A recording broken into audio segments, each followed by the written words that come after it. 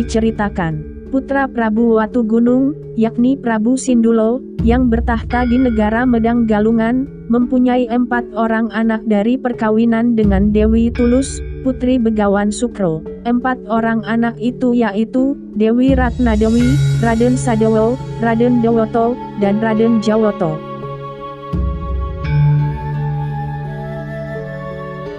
Terkisah, Raden Sadewo jatuh cinta kepada adik Raja Capolo yang bernama Dewi Capadi.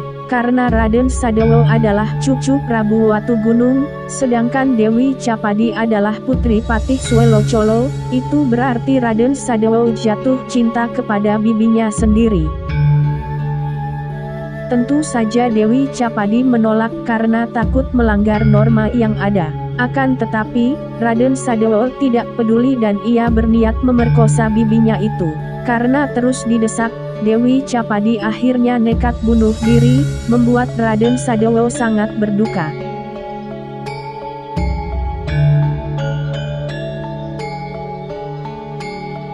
Kematian Dewi Capadi telah membuat Raden Sadewo membenci perempuan, dan lebih mencintai laki-laki. Ia tidak mau menikah secara wajar dan lebih suka melakukan hubungan sejenis. Hal ini membuat Prabu Sindulo sangat marah, dan mengusir anak keduanya itu. Raden Sadewo kemudian pergi meninggalkan istana Medang Galungan dengan disertai 3 orang adik Dewi Capadi, yaitu Aryo Dwaporo, Aryo Gandoro, dan Aryo Kumbino.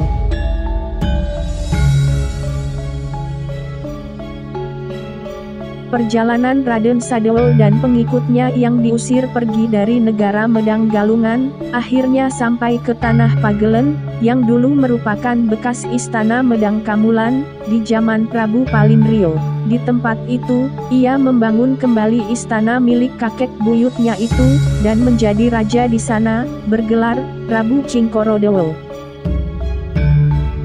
Pada suatu hari, Prabu Cingkorodewo menemukan arca dari emas yang terpendam di dalam tanah.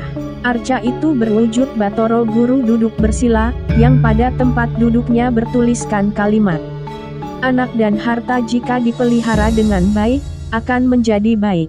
Jika tidak memiliki anak akan membuat hati kecil. Jika tidak mempunyai harta akan sulit mewujudkan cita-cita." Prabu Cingkorodewo kemudian mengutus Aryo Dwaporo ke Medang Galungan, untuk mempersembahkan arca emas itu kepada Prabu Sindulo, sebagai tanda penyesalan atas perbuatannya di masa lalu.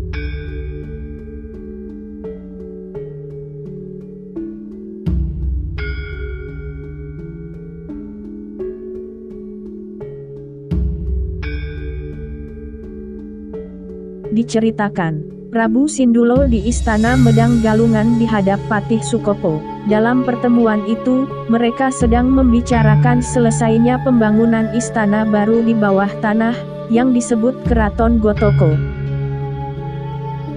Tiba-tiba, datanglah utusan dari negara Medang Kamulan yang bernama Aryo Dwaporo. Kedatangan Aryo Dwaporo ke Medang Galungan kali ini, adalah diutus Prabu Cingkorodewo untuk mempersembahkan arca emas kepada Prabu Sindulo, sebagai tanda permintaan maaf dan sekaligus penyesalan. Akan tetapi, Prabu Sindulo justru tersinggung karena merasa arca emas itu dimaksudkan untuk menyindir dirinya. Ia lalu mengusir Aryo Dwaporo dan menyuruhnya membawa kembali arca emas itu. Prabu Sindulo sama sekali tidak mau mengampuni putra keduanya yang berkelakuan menyimpang itu, bahkan ingin menjatuhkan hukuman mati kepadanya.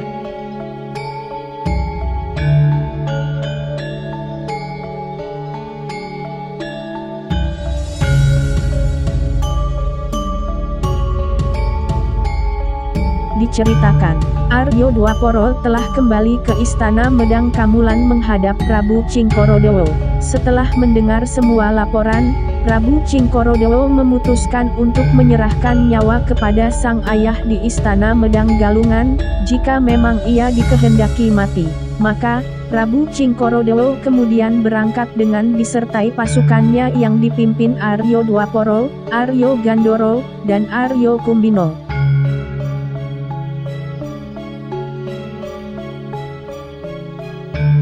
Sementara itu, Prabu Sindulo justru salah paham, mengira Prabu Cingkorodeo datang membawa pasukan untuk menyerang dirinya. Ia kemudian mengerahkan pasukan Medang Galungan untuk menghadapinya dengan dipimpin putra ketiga dan keempat, yaitu Raden Dewoto dan Raden Jawoto.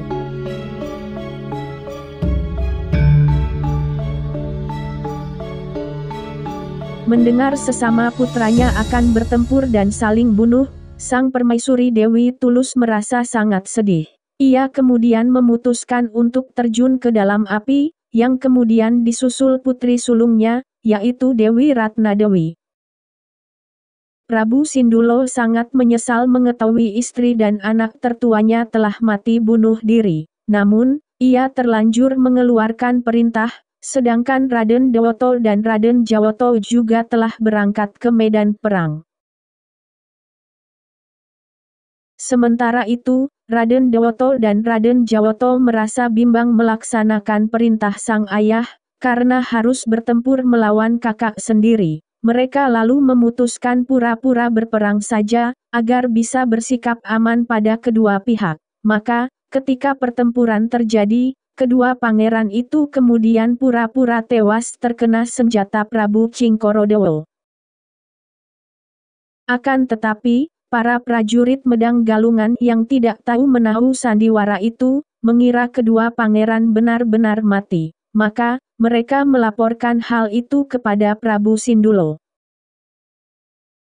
Amarah Prabu Sindulo kembali berkobar dibuatnya. Ia lalu berangkat menuju ke medan perang. Meskipun Patih Sukopo, Raja Wiporo, Raja Diaporo, Raja Yogyaporo, dan Raja Capolo berusaha menasihati bahwa itu semua hanyalah sandiwara, namun Prabu Sindulo tidak peduli. Prabu Sindulo yang tiba di medan tempur segera disambut oleh sembah bakti Prabu Cingkorodeo. Ia juga melihat Raden Dewoto dan Raden Jawoto hidup kembali, karena mereka memang hanya pura-pura mati. Prabu Sindulo menjadi sangat malu menyadari kesalahannya. Ia hanya berdiri diam membisu, dan mengheningkan cipta melepaskan roh, memutus nyawa sendiri.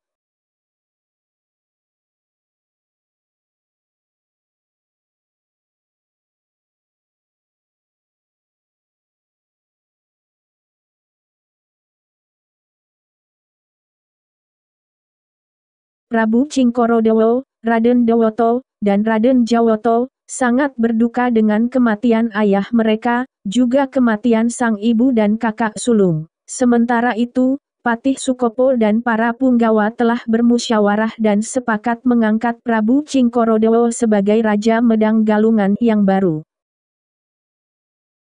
Prabu Cingkorodeo menerima keputusan itu, namun ia kemudian mengubah nama Medang Galungan menjadi Medang Kamulan. Patih Sukopo tetap menduduki jabatannya, begitu pula para punggawa lainnya. Hanya saja, nama Aryo Dwaporo diganti menjadi Aryo Corocopo, supaya tidak mirip dengan Raja Diaporo.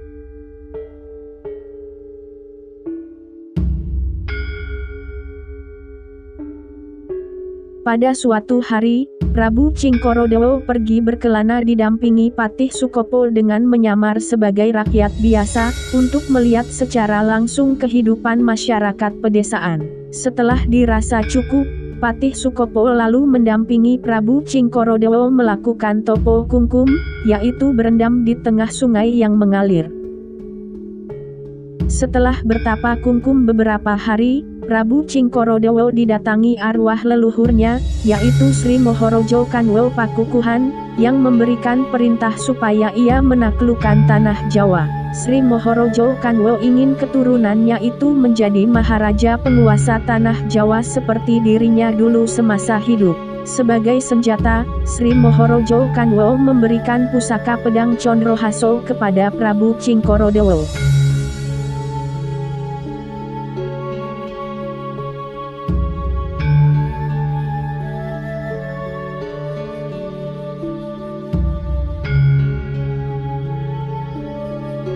Diceritakan Setelah mendapatkan perintah dari sang leluhur, Prabu Cingkorodewo dan Patih Sukopo kembali ke Istana Medang Kamulan, dan segera mulai mempersiapkan pasukan. Terhitung ada 3 negara besar di tanah Jawa yang harus ditaklukkan, yaitu Gilingwesi, Wiroto, dan Purwocarito. Sebagai sasaran pertama, Prabu Cingkorodewo berangkat menyerbu negara Gilingwesi.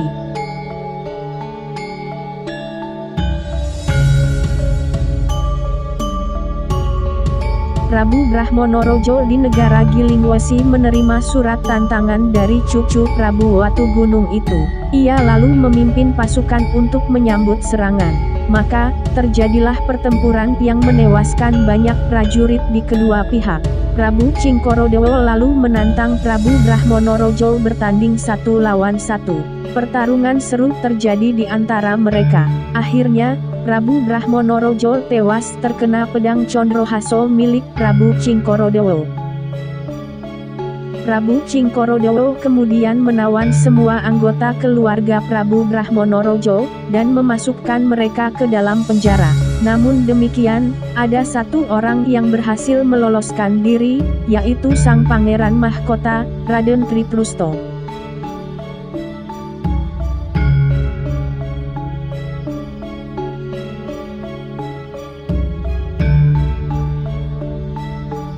Diceritakan, setelah menaklukkan negara Gilingwesi, Prabu Cingkorodewo bersama pasukannya kemudian menyerbu negara Wiroto. Pertempuran kembali terjadi, dan lagi-lagi dimenangkan oleh pihak Medang Kamulan.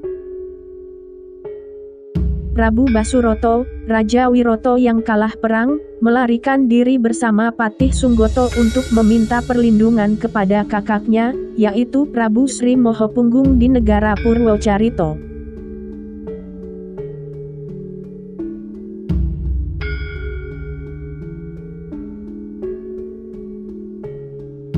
Diceritakan, Prabu Sri Mohopunggung sedang berbahagia karena cucunya baru saja lahir, yaitu putra dari perkawinan Raden Wandu dan Dewi Laksmitowahmi. Ia lalu memberi nama cucunya itu, Raden Wahnoyo.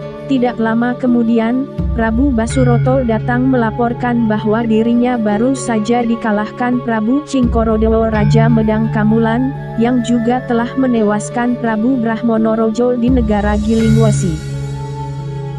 Prabu Sri Mohopunggung sangat marah mendengar laporan adiknya itu.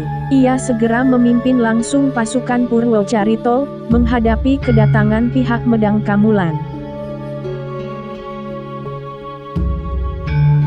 Perang kembali terjadi. Untuk mengurangi jatuhnya banyak korban, Prabu Cingkorodewo menantang Prabu Sri Mohopunggung bertanding 1 lawan 1.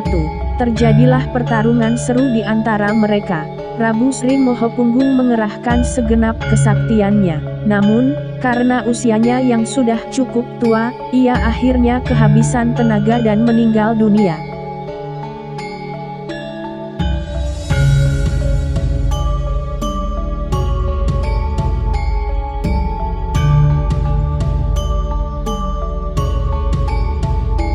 Diceritakan, setelah kakaknya tewas, Prabu Basuroto kehilangan semangat dan ingin bunuh diri.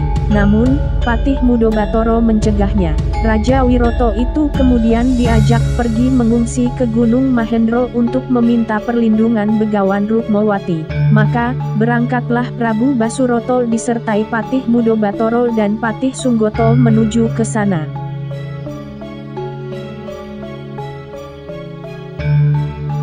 Begawan Rukmawati di Gunung Mahendro menyambut kedatangan rombongan Prabu Basuroto. Setelah mendengarkan apa yang terjadi, Begawan Rukmawati lalu mengheningkan cipta untuk mencari petunjuk, apa yang seharusnya dilakukan Prabu Basuroto. Ternyata petunjuk yang diterima Begawan Rukmawati adalah, Prabu Basuroto harus menyerahkan diri kepada Prabu Cingkorodewo, karena kelak akan ada pihak lain dari tanah seberang, yang akan mengalahkan Raja Medang Kamulan itu. Prabu Basuroto merasa kecewa terhadap petunjuk itu, namun tidak berani membantah. Ia lalu mohon pamit meninggalkan Gunung Mahendro, untuk kembali ke negara Purwocarito.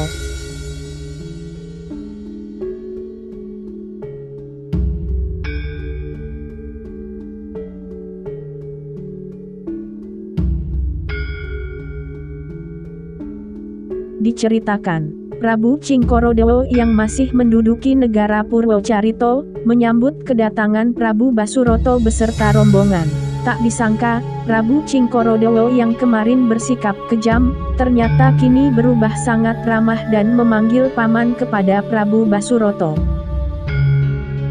Rupanya saat menduduki istana Purwocarito, Prabu Cingkorodewo menemukan kitab yang berisi silsilah keluarga Prabu Sri Mohopunggung dan Prabu Basuroto. Di kitab itu tertulis bahwa kedua raja itu adalah putra Batara Wisnu yang lahir dari Dewi Sriwati, sedangkan Dewi Sriwati adalah adik tiri Prabu Watugunung, sesama putra Prabu Palindrio. Setelah membaca kitab silsilah itu, Prabu Cingkorodewo merasa sangat menyesal karena telah menyebabkan tewasnya Prabu Sri Mohopunggung, yang masih terhitung paman baginya. Maka, Prabu Cingkorodewo kemudian mengizinkan Prabu Basuroto kembali menjadi Raja di Wiroto, sedangkan negara Purwocarito diserahkan kepada putra Prabu Sri Mohopunggung, yaitu Raden Wandu, yang kemudian bergelar Prabu Sri Mahawan. Kedua raja itu diperbolehkan mengatur negara masing-masing, namun setiap tahun harus melapor kepada Prabu Cingkorodewo di Istana Medang Kamulan. Prabu Basuroto dan Prabu Sri Mahawan menyatakan tunduk dan bersumpah setia kepada Prabu Cingkorodewo. Kini, Prabu Cingkorodewo telah menjadi penguasa tertinggi di seluruh tanah Jawa, sebagaimana yang dikehendaki arwah Sri Mohorojo Kanwo Pakukuhan. Sebagai Raja Agung, Prabu Cingkorodewo lalu mengganti gelarnya menjadi Sri Mohorojo Purwocondro.